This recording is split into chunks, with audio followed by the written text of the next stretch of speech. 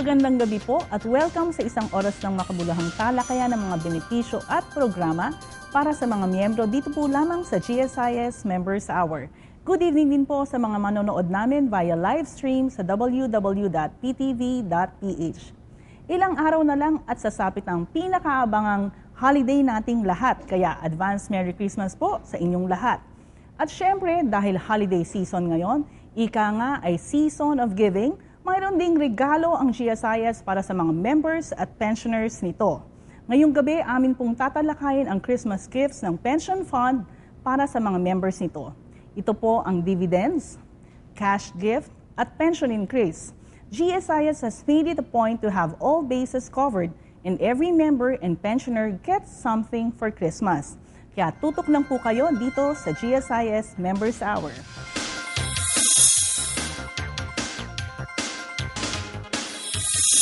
Bago po namin simulan ang discussion ngayong gabi tungkol sa dividends, cash gift at increased pension, naghanda muna kami ng isang maikling primer para po mas maintindihan ninyo ang aming talakayan ngayong gabi. Panoorin po ninyo ito. Christmas is a time for giving.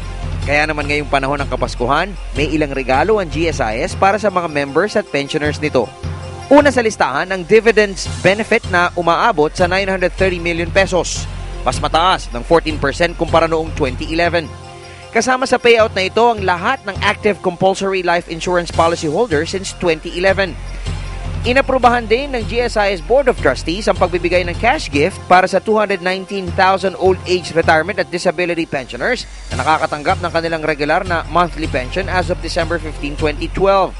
Ipapatupad na rin ng inyong pension fund ang inanunsyo ng Pangulong Benigno Aquino III sa kanyang SONA na itaas ang basic monthly pension para sa mga old age at disability pensioners.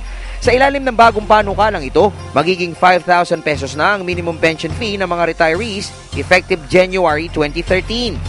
Abangan ang detalye ng mga magagandang balitang ito at iba pa dito lamang sa GSIS Members Hour.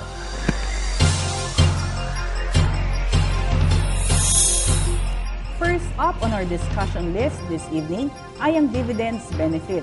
And to tell us more about this, kasama po natin ngayong gabi, walang iba kundi si Mr. Noel Alvarez, Officer 2 ng Technical Services Department, NCR Group.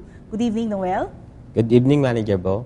Nako, magpapasko na. I'm sure antay na ang ating mga audience ngayon tungkol sa kanilang cash dividend.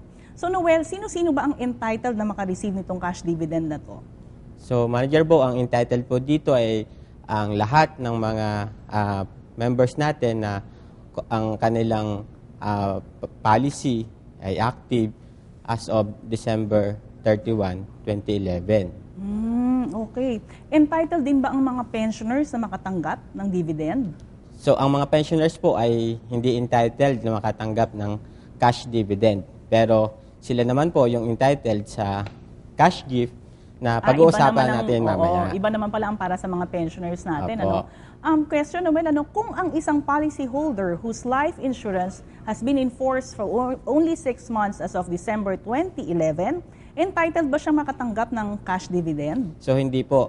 Ang atin po, dapat po ang kanyang life insurance coverage ay in force at least 1 year as of December 31, 2011. Kasi ang basis ng cash dividend natin ay anong calendar year? Ang calendar year po ng 2011 ang ibibigay po natin.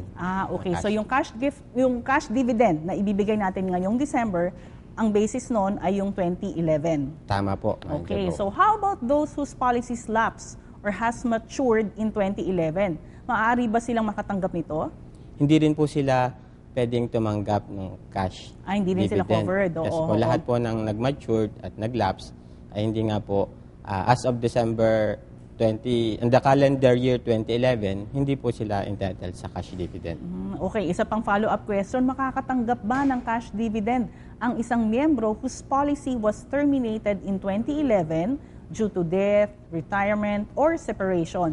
How about daw yung due to disability? So yun po mga na-terminate yung policy due to death, retirement, separation, sila po ay hindi rin entitled kung ito po ay na-terminate nga po nung calendar year, na-separate sila o nag-retire sila nung 2011. Ganon din po ang disability. Particularly po yung permanent total disability. So, dahil po effective August 1, 2003, lahat po ng approved na PTD, permanent total disability, ay kinukonsider po na ang kanilang policy ay automatic CSV o sinusurrender na po yon. So, ibig sabihin po, pag sinurrender natin yung policy, terminated na po yung policy nyo as of po nung kayo ay na-approve yung PTD. So, kung 2011 po na-approve yung inyong PTD, hindi po kayo makaka-receive ng cash dividend for this ngayong year na to, ngayong December na to. So, re-remind lang po natin na ang cash dividend ay ang regalo ng GSIS para sa mga active members. Okay, so sinasabi na members who have defaulted in their salary and consolidated loans for at least 12 months and or have unpaid premiums for at least 12 months as of December 2011 ay hindi rin daw entitled sa cash dividend. Paano kung meron siyang payment sa loob ng panahon nito? Will that entitle the member to receive the cash dividend? So tama po kayo na hindi po sila ma-entitled. Yun po mga may in default at least 12 months. Ganyan din po sa mga, particularly lang po tayo sa loan ng salary and consolidated loan. At ganyan din po sa premiums natin. So however po, pag ni-reconcile naman po yan, at nakita naman po na ang may bayad naman po during that 12 months, sila po ay mabibigyan din ng cash dividends. Okay. So, Noel, punta naman tayo dun sa mga members whose agencies are suspended. Paano kung si member natin ay regular naman na nagko-contribute ng kanyang premium, pero it so happened na ang kanyang agency is suspended, mabibigyan pa rin ba natin siya ng dividend? Particularly po tayo sa date na kapag ang agency po ay suspended as of December 31, 2011, ang lahat po ng empleyado nito ay hindi makakatanggap ng cash dividend. Okay. So, before we go to a commercial break, bisitahin po muna natin ang aming government servant on the road. Walang iba kundi si Mr. Joseph Malyari na nakilahok sa aming Annual Pensioners Day. Panuorin po natin ito.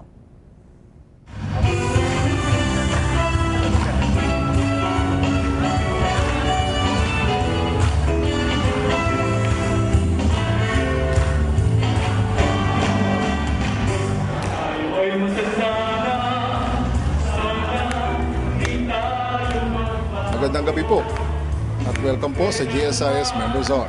Ito po ang inyong lingkod, si Joseph Malyari, ang inyong government servant on the road. Narito po tayo ngayon sa loob ng GSIS Gymnasium na saan taon-taon ay ginaganap ang Pensioners Day. Ang tema po sa taong ito ay ang batikang lingkod bayan, kami naman ang asahan. Tara na po at ating alamin kung ano magaganap ngayong gabi sa Pensioners Day.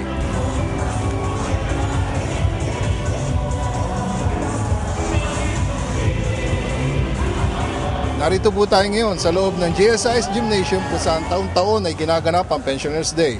Makikita nyo po ng ating mga GSIS employees ay busy-busy sa paghanda para sa okasyong ito. At unti-unti pong dumarating ang ating mga pensyonado para na rin po mag-enjoy sa kanilang araw ngayon sa GSIS Pensioners Day. Ano kaya mga expectations nila? Ating pong alamin.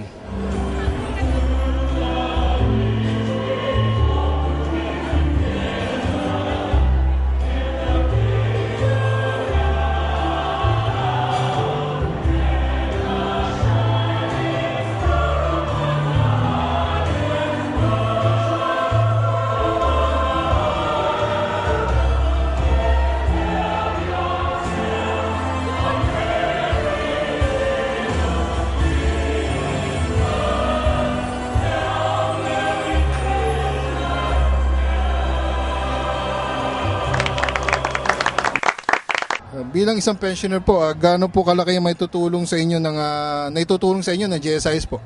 Malaki kasi yan lang pinagkukunan ko ng aking kinabubuhay. Kasi yung aming pension, ito sa bagay kulang pa rin dahil mahal lang kayo ng mga bilihin. Hindi na sapat para sa aming pangangailangan. Sa gamot lang, kulang pa eh. Kamaali, dagdagan. So are you satisfied with the new programs that the new management of the GSIS? I am satisfied. Kasi ngayon, malaking pagbabago. Ano po mga suggestion para sa lalo mapagbuti ng GSIS ang serbisyo sa kanilang mga pensioners po? Kung maaari, bilisan lang kanilang mga services. No? Kasi minsan, nadidelay ang mga pension. Minsan doon sa aming kung pwede sana, yung aming pension, matatanggap namin on the first day of the month. Ilang taon na po kayong dumadalo sa GSIS Pensioners Day?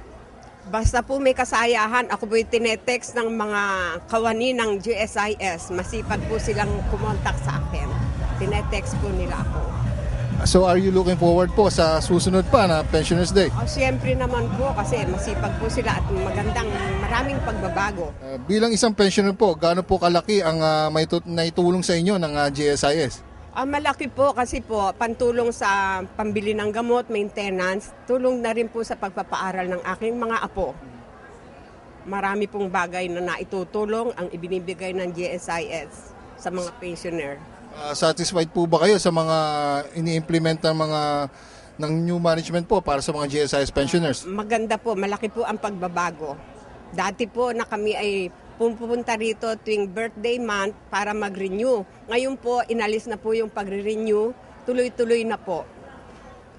Ano po ba ang mga suggestion nyo para sa lalo mapagbuti ng GSIS ang serbisyo nito sa kanilang mga pensioners? Ay, hinihiling po sana namin medyo lumaki-laki at saka po yung bonus, sana po isabay na sa first week ng December kasi po nahuhuli po Nahuhuli, medyo late na ng konting pambili ng mga aginaldo sa apo.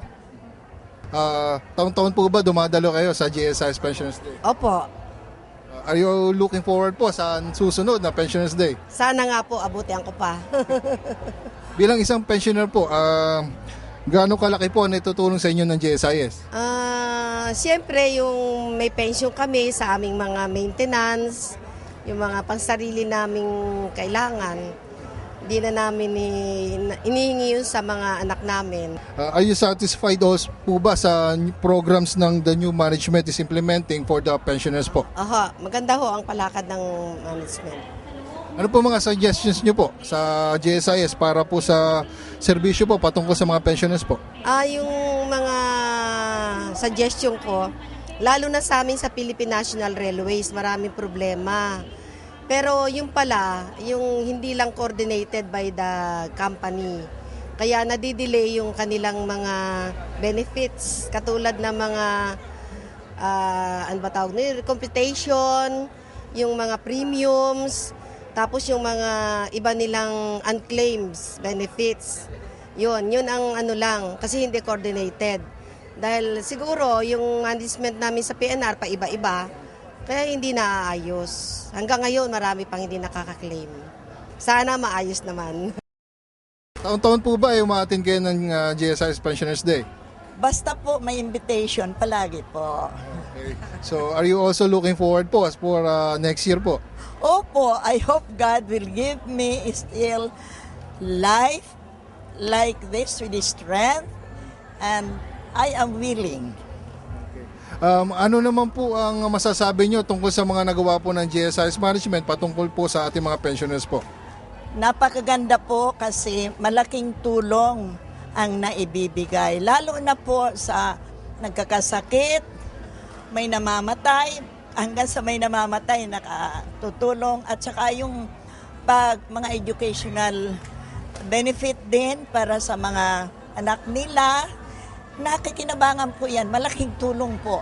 Are you also satisfied po sa mga ini-implement po ng new management para sa ating mga pensioner? Ay, very much po. Very much improve. Lalo na po ngayon, masasabi ko po sa inyo na hindi na kami pinapipila para i-renew ang mga papers namin kasi nakikita ko noon may nadidismaya. Mabuti po ako, kahit ako ganito na medyo matumba na, yung anak kong doktora, iyon na nag-a-assist sa akin. Ay, paano yung mga wala? Talaga nakikita ko po, nadidismaya at nakakaawa. So, with this kind of administration, I am congratulating you for this.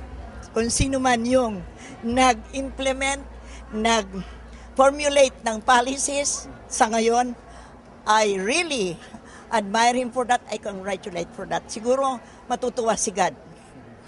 Ano po mga suggestion niyo po para sa ating mga new management para sa mga GSIS pensioners po? Siguro, enhancement of these mga policies lang. Enhancement, what I mean is, may improve lang na para, kumbaga sa the progress is there and benefits are there at siyempre, the Lord will always be happy for that.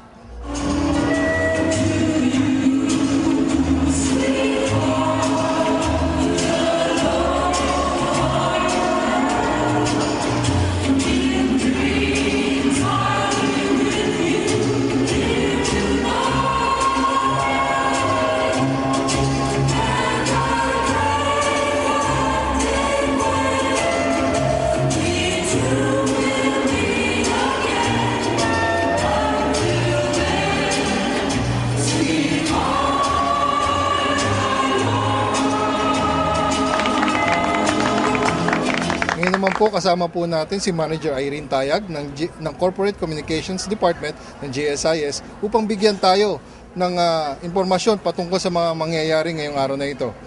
Magandang gabi po, ma'am. Magandang gabi naman, Joseph. Ma'am, kailan po sinimula ng GSIS Pensioners Day? Alam nyo, nitong panahon ni President General Manager Robert Vergara, tuwing anniversary at tuwing December, meron tayong party for GSIS pensioners. Bakit po natin pinagdiriwang, ma'am, ang Pensioners Day? Hindi lang ito Pensioners Day, ito ay Pensioners Christmas Conference. Nagkataon lang na ngayon ay Kapaskuhan. Subalit, sa susunod na taon, every month, magkakaroon tayo ng monthly dialogue with the pensioners. Ito pong kaganapan dito ngayon ay isang dialogo, isang komperensya, at the same time, isang malaking kasayahan para sa ating mga pensioners. Gaano po ba kahalaga ng ating mga pensioners sa GSIS? Napakahalaga. Ang social insurance ay ang kaluluwa ng GSIS. Ito ang soul ng aming mandato. Kaya napakahalaga ng pensioner sa GSIS. Kung wala ang mga pensioners ay wala ring GSIS. Sa pangalan na lang po ng aming organisasyon, Government Service Insurance System, nakikita na rito kung gaano kahalaga sa amin ang mga pensioners. Ang tema po sa taong ito ng GSIS Pensioners Day ay Batikang Lingkod Bayan, kami naman ang aasahan. Can you tell us more about this, ma'am? Joseph, kasi ngayon ang tagline o ang battle cry ng GSIS ay maaasahan ng lingkod bayan. GSIS, maaasahan ng lingkod bayan. Ang mga pensioners po natin na nandito ngayon ay mga lingkod bayan ng kanilang kapanahunan. Ngayon, kami naman ang inaasahan ng mga lingkod bayan na once in their lives ay nagsilbi sa mga empleyado ng gobyerno. Para naman po sa gabing ito, ano po ba mga programa na inihanda po natin para po sa kanila? Marami. As nabanggit ko nga na ito ay isang dialogo, isang komperensya ng mga pensioners. Si PGM Robert Vergara ay pupunta rito upang ipamahagi or sabihin sa mga pensioners kung ano mga pagbabagong nagaganap sa GSIS magmula nang siya ay maging PGM. Pagkatapos po, syempre, dahil Kapaskuhan ngayon, hindi mawawala ang kasayahan. Meron po tayong isang malaking raffle. Ang mga major prizes po ay donated by Union Bank of the Philippines at Land Bank of the Philippines. Meron po tayong 40-inch LED TV with home theater system. Meron tayong 2 refrigerators at washing machine. At yung iba po mga gadgets din po sa kusina na magugustuhan ng ating mga pensioners. Ma'am, nabanggit nyo na yung mga raffle and everything. May napansin tayo, ma'am, bago tayo pumasok dito, may mga booth pa doon sa labas. Ano po ba yung mga yun, ma'am? Yung mga booth na yun, yung booth ng TESDA, sila ay nagmamasahe. Pwedeng pumunta ron yung mga pensioners na nandito ngayon, mamasahihin po sila. Nandyan ang Ricky Reyes, para gupitan po sila, manicurean. Nandyan din po ang Union Bank, meron po silang mga pinabibigay na goodies. Nandyan din po ang Land Bank of the Philippines, ang Pfizer, ang PhilCare.